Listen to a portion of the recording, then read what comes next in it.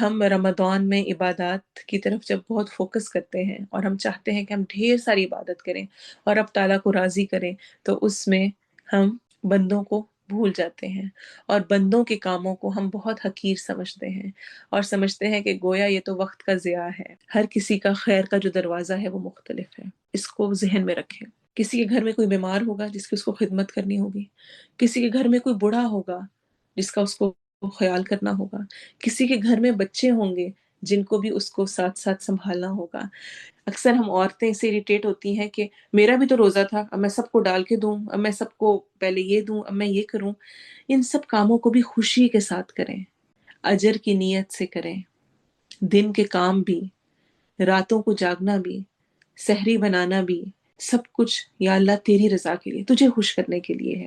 آپ صلی اللہ علیہ وسلم نے فرمایا، جو شخص کسی مومن کی دنیا کی مصیبتوں سے ایک مصیبت دور کرے گا، اللہ تعالیٰ قیامت کے روز اس کی مصیبتوں میں سے ایک مصیبت دور کرے گا۔ کوئی کمپیریزن ہے دنیا اور آخرت کی امتحان کا؟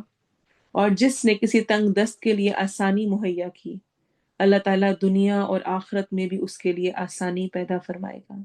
ہر وہ عمل جو اللہ کو راضی کرنے کے لیے خوشی کے ساتھ، صبر کے ساتھ کیا جائے، وہ اللہ کے ہاں بہت مقبول ہے۔ تو میں نے یہ ساری باتیں ذہن میں رکھ لی ہیں۔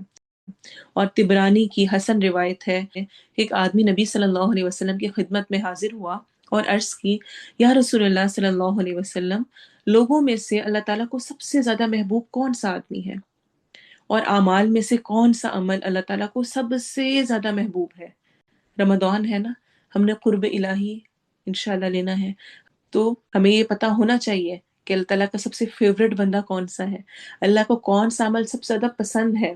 آپ صلی اللہ علیہ وسلم نے ارشاد فرمایا، لوگوں میں سے اللہ تعالیٰ کو سب سے زیادہ محبوب آدمی تو وہ ہے جو دوسروں کو فائدہ پہنچائے، اور اعمال میں سے اللہ تعالیٰ کو سب سے زیادہ محبوب اعمال یہ ہیں، مسلمان کو خوشی مہیا کرنا، سیکنڈ کسی مسلمان کی مصیبت دور کرنا، تیسرا کسی مسلمان کا قرض ادا کر دینا، فورتھ کسی مسلمان کی بھوک مٹانا، رمضان سے بہتر ٹائم بھی کوئی ہوگا بھوک مٹانے کا، ففتھ کسی مسلمان کی ضرورت میں اس کے ساتھ چلنا۔ نبی صلی اللہ علیہ وسلم نے کیا فرمایا؟ یہ عمل مجھے اس مسجد یعنی مسجد نبوی میں ایک ماہ، ایک مہینہ اعتکاف کرنے سے بھی زیادہ محبوب ہے۔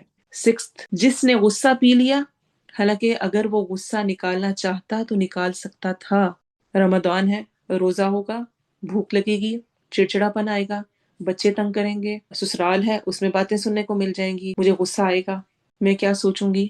جس نے غصہ پی لیا، قیامت کے روز اللہ تعالیٰ اس کا دل اپنی رضا سے بھر دے گا۔ سیونتھ جو شخص اپنے بھائی کی حاجت میں اس کے ساتھ چلا حتیٰ کہ اس کی حاجت پوری ہو گئی، اللہ تعالیٰ اس کے دونوں قدم جما دے گا جس روز قدم ڈگمگائیں گے۔ طبرانی کی حسن روایت ہے۔